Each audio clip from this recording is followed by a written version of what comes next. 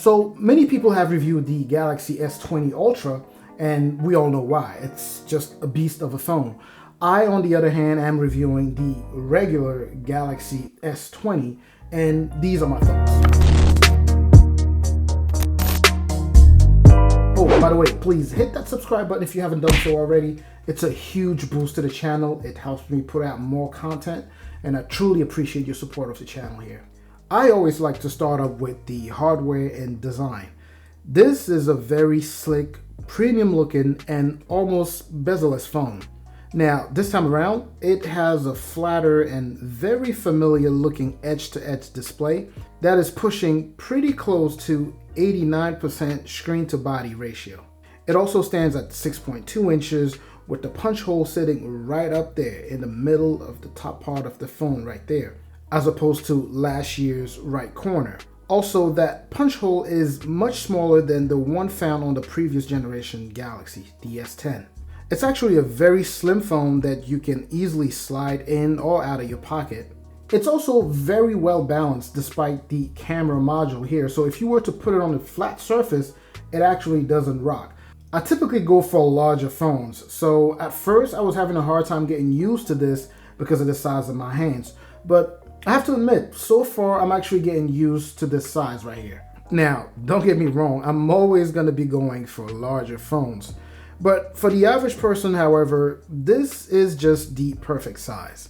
The volume rocker and the power button have now moved to the other side of the device, which for many users is actually the perfect spot for better and ease of reach. On the back here, there's still a triple camera setup, and the phone houses even larger sensors compared to last year's. So be prepared for a camera sensor that's going to be taking in a lot more light and give your shots a more natural look. In fact, even the depth of fields are now more pronounced. You will, however, still get some level of high processing of photos, but of course you can always just go ahead and turn on Pro mode if you know what you're doing and just be able to manually manage all of your shots. So the thing that immediately pops to the eyes is the camera module design change. You get an ultra wide camera, a telephoto camera, and a wide angle camera. Now, of course, the punch hole on the front there houses a 10 megapixels camera as your selfie camera. Video quality is just amazing on here.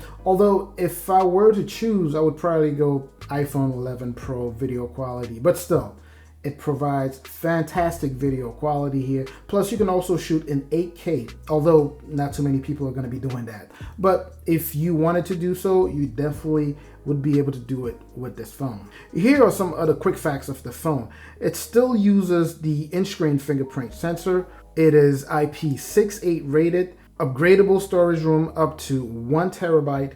It is super fast charge capable through USB-C charging port. And this time around, no headphone jack. So this is the first one to do so in this specific line. User experience has been just amazing here. And of course, One UI 2.1 is just crazy smooth as you would expect. And this is coupled with the super extremely highly responsive 120 Hertz refresh rate on the screen, taking user experience just to another level. Now, trust me when I say this, the difference between 120 Hertz versus 160 Hertz that we are all used to is just day and night.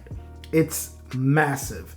You will definitely notice it. Things become extremely snappy, but yet they remain very, very smooth. All of this on this beautiful Quad HD OLED display here, which is crazy bright. It's just super bright, as Samsung knows how to make them. The phone does support 5G, although there are different types of 5G, and not every type is available everywhere, but that's just a whole other debate on its own. But either way, I doubt that people are actually buying this mainly because it's 5G.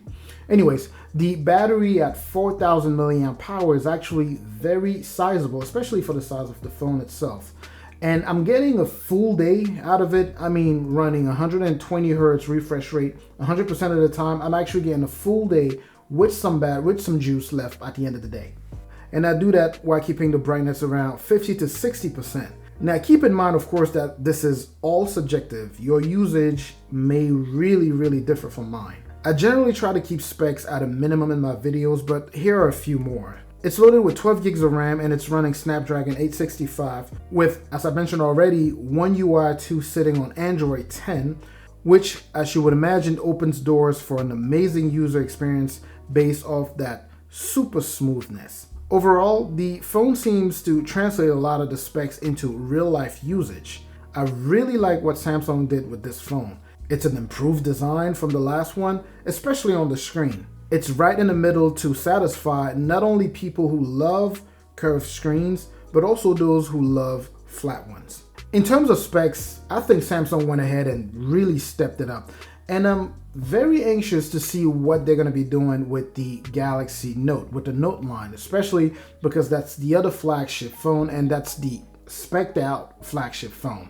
So I'm looking forward to seeing what they're going to be doing with that. But anyways, in my humble opinion, the Galaxy S20 is the one to buy. So unless you just want an even larger screen and battery, I would personally advise to go for this one rather than the Galaxy S20 Plus. Granted, the battery is larger on the Plus model, but that extra 500 milliamp power may not give you that much more juice on the Plus simply because it's a larger phone, so it uses a lot more power. But anyways, that's just my take. I hope you enjoyed the video. Please don't forget to like, comment, of course, subscribe. I'm going to catch you in the comment section, and I'm also going to catch you in the next video. Peace.